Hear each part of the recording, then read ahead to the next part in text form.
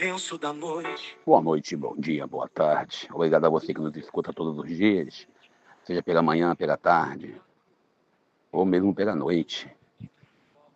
Dor em vida de novo. A serpente. Obrigado a você pela sua audiência, pela sua paciência, pela sua presença. Eu sou o Daniel Nonato. Ferido, cura e esperança. Assim também o filho levantado. É vida eterna, é amor que não cansa. Cruz de derrota virou vitória, cruz de vergonha virou memória, cruz de poder virou serviço, cruz de mercado virou sacrifício. Não é amuleto.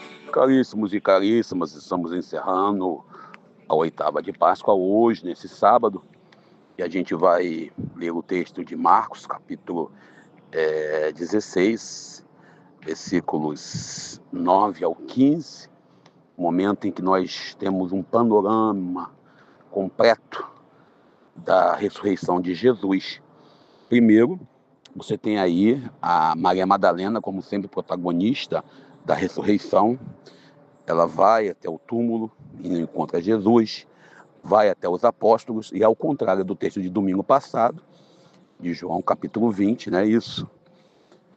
Você tem aí a dúvida, né, será que ressuscitou mesmo? Os apóstolos não dão ideia a Maria Madalena, inclusive deve ter debochado dela. Ah, tá vendo coisa. Depois você tem aí o relato da quarta-feira, discípulo de Emaús, Lucas capítulo 24, versículo 13 e diante. E novamente temos aí os apóstolos duvidando da ressurreição. E depois nós temos, né, a cena de Jesus aparecendo e dando bronca neles. A gente, quando fala da ressurreição de Jesus, eu comentei isso com vocês outro dia, é algo assustador. Uma pessoa que foi chagada, torturada, maltratada, virou um farrapo humano. Porque aqui nós temos nossas cruzes, nossas igrejas, nossas comunidades, o que nós apresentamos de Jesus crucificado, e me perdoe eu ser radical e talvez até extremista para alguns, não é 1% daquilo que aconteceu com Jesus. Estamos celebrando a ressurreição, mas se faz necessário a gente olhar para os atos que aconteceram com Jesus na cruz. Primeiro, ele é traído. Só a dor da traição já nos deixa assim tomados. E ele não foi traído por qualquer um. Foi traído pelo seu tesoureiro. Você que é padre, você que é bispo, é diácono, você que lidera uma comunidade, você que coordena, você que é pastor, você sabe que o papel de tesoureiro é um dos papéis mais importantes na vida da comunidade. É o ministro da economia da pessoa. Para quem tem empresa, loja, quem tem algum tipo de comércio em si, né, negócio, sabe que o contador, aquele que cuida da parte financeira, também é a pessoa que te diz, olha, vai por aqui, vai por ali. E se você der um passo errado, o prejuízo é grande. Inclusive, existem empresas que faliram graças aos erros econômicos. Estamos vivendo no Brasil. Nós tivemos um governo militar que deixou o país com uma inflação de 85% ao mês. Para tu ter ideia, o erro econômico, o que faz? O país entrou na rota da miséria graças a esse modelo econômico de gastar, gastar, gastar. E a gente também, às vezes, também, eu mesmo com o meu salário, você com o seu salário, se não souber cuidar bem do dinheiro, se lasca todo. E nesse sentido que nós vamos falar nesse campo de Judas. Então, o primeiro fato é esse, ele fica transtornado. Depois, as pancadas que ele tomou a noite inteira. E foi com fragum romano, um chicote que tinha 3 pontas. E geralmente na ponta desse chicote, nas 3 pontas, tinha ossos de animais, pedaços de ossos, bilhas de chumbo e outros objetos, né? Então ele foi chicoteado a noite inteira. Pronto. Aí você já viu como ficou. Uma coroa de espinho que nós não sabemos de fato, desculpe, se era uma coroa ou se era um capacete cheio de pregos. Alguém fala que é uma coroa de espinho, mas na verdade Existem historiadores que dizem que uma coroa era um capacete que eles usavam para torturar mais ainda o cidadão. E ainda teve o transporte da cruz, que pesava entre 50 e 150 quilos.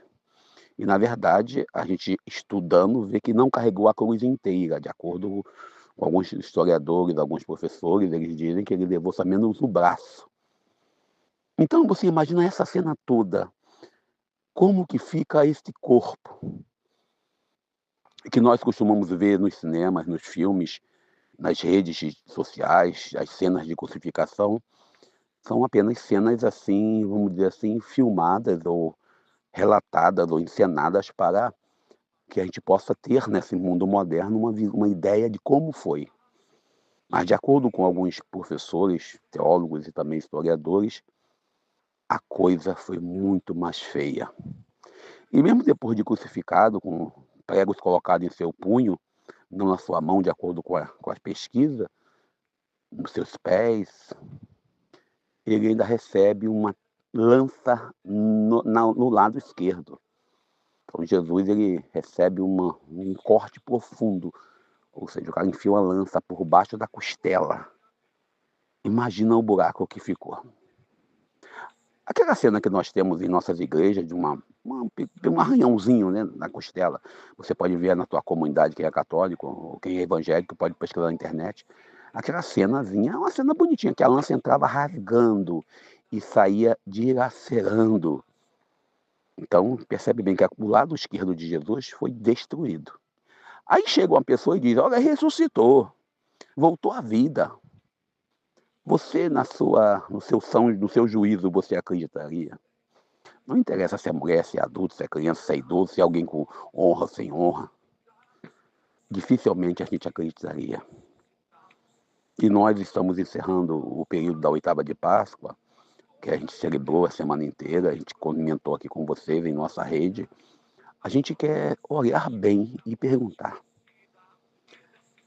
de fato, nós acreditamos que Jesus ressuscitou de verdade? Ou apenas seguimos o rito?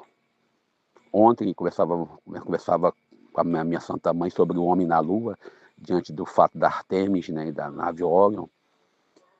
E ela falava que duvidava. Não acredito que o homem foi na lua.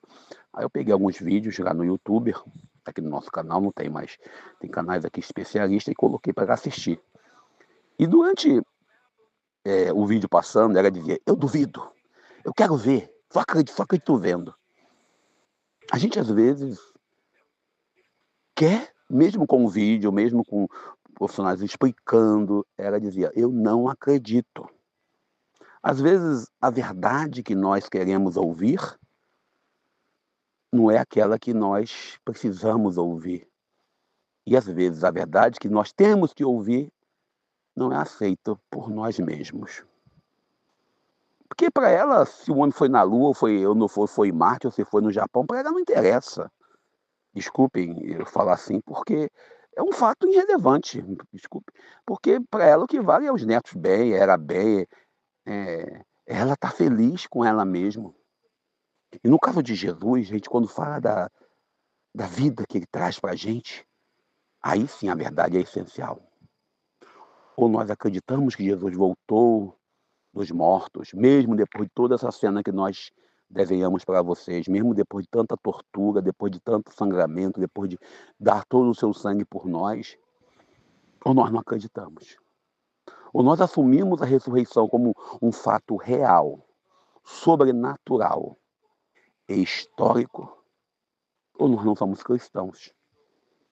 Não tem essa de algumas tradições que dizem: ah, não, porque ele fez um dublê de corpo, ele criou um clone, ele botou alguém no lugar dele, alguém subiu. Não, foi Jesus de Nazaré, o filho de Maria, aquele que transformou água em vinho, aquele que ressuscitou, né, o jovem de Naim, e aquele mesmo que ressuscitou Lázaro, aquele mesmo que tinha 12 amigos inseparáveis, aquele mesmo que nos chama à vivência plena da vida hoje.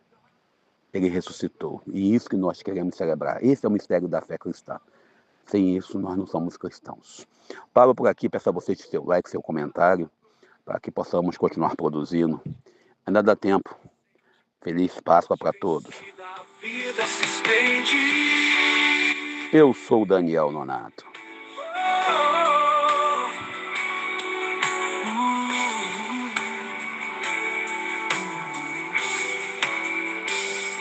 Cruz de derrota virou vitória, cruz de vergonha virou memória, cruz de poder virou serviço, cruz de mercado virou sacrifício. Não é amuleto, não é bandeira, é o amor que se entrega inteiro. É a justiça, é fraternidade, é o Espírito a soprar liberdade.